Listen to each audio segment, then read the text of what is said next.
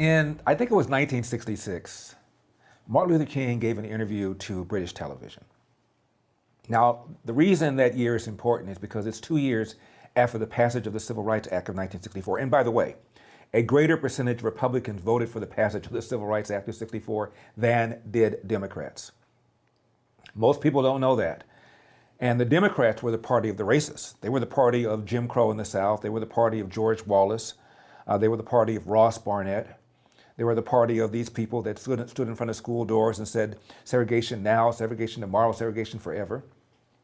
In any case, MLK is being interviewed by British television.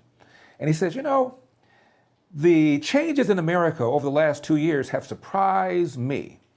Based upon these kinds of changes, I believe there could be a black president in about 40 years' time, or maybe even less. He says, I believe there are black people who are qualified right now, but I believe in about 40 years' time there could be a black president. Frankly, I have seen certain changes in the United States over the last 2 years that surprised me. I've seen levels of compliance with the Civil Rights Bill and changes that have been most surprising. So on the basis of this, I think we may be able to get a Negro president in less than 40 years. I would think that this could come in 25 years or less. Think about that. Almost right on cue, Barack Obama got elected. And got elected with a higher percentage of the white vote than John Kerry did 4 years earlier. And by the way, in 2008, 2012, there were 700 counties that voted for Barack Obama both times. In 2016, when Donald Trump ran, 200 of them switched to Donald Trump. Now, when were they bitten by the racist radioactive spider? 2008, they were not racist. 2012, they were not racist, but 200 of them switched to Donald Trump. And so all of a sudden, this became, as Van Jones said on CNN, white lash. Really? This was a white lash. This was a white lash against a changing country. It was a white lash against a black president in part. Let me get back to MLK. The reason this is relevant is because he didn't say, you know, in about 40 years' time, there are going to be CEOs of Fortune 500 companies. And there have been several. He didn't say in 40 years' time there's going to be a president of the American Bar Association, and there has been. He didn't say in 40 years' time there's going to be a president of the American Medical Association, and there has been. He didn't say in about 40 years' time there's going to be a governor of one of the states of the Confederacy, and there has been.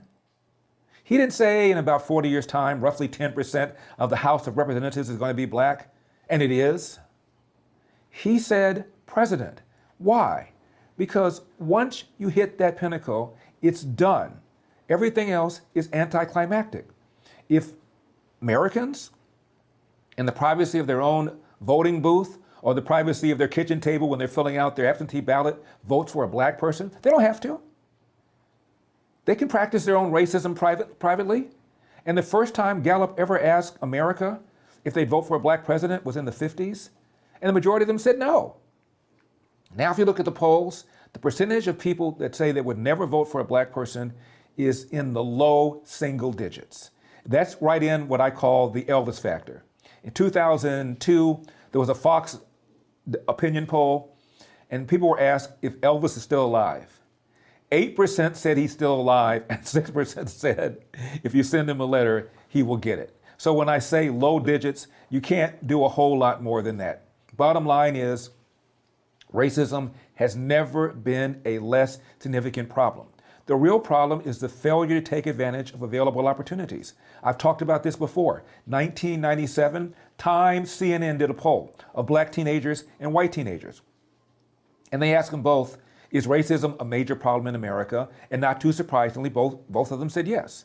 But then there was a follow-up question asked of the black teens. Is racism a big problem, a small problem, or no problem in your own daily life? 89% said it is a small problem or no problem in my own daily life. In fact, more black teenagers than white teenagers said failure to take advantage of available opportunities is a bigger problem than racism. I repeat, more black teens than white teens said failure to take advantage of available opportunities is a bigger problem than racism. Two of my mentors are economists Walter Williams and Thomas Sowell.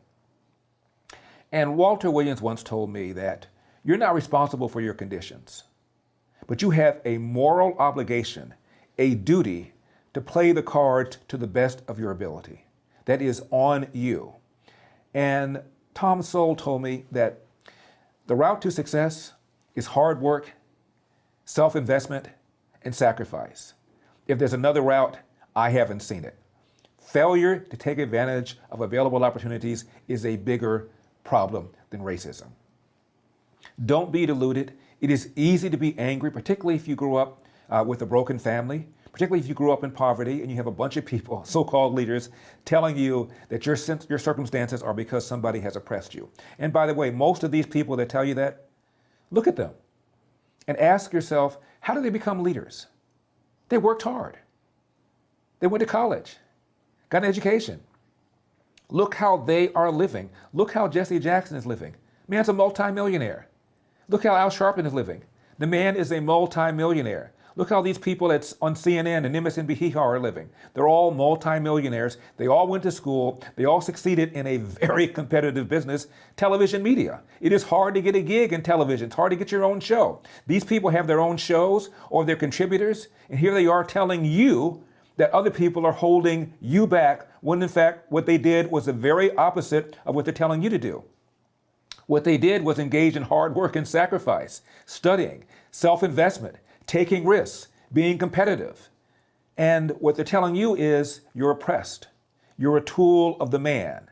You're being subjugated by white supremacy. It is a con. Don't fall for it. I'm Larry Elder, and this has been the Larry Elder Show for Epoch Times. I will see you next time.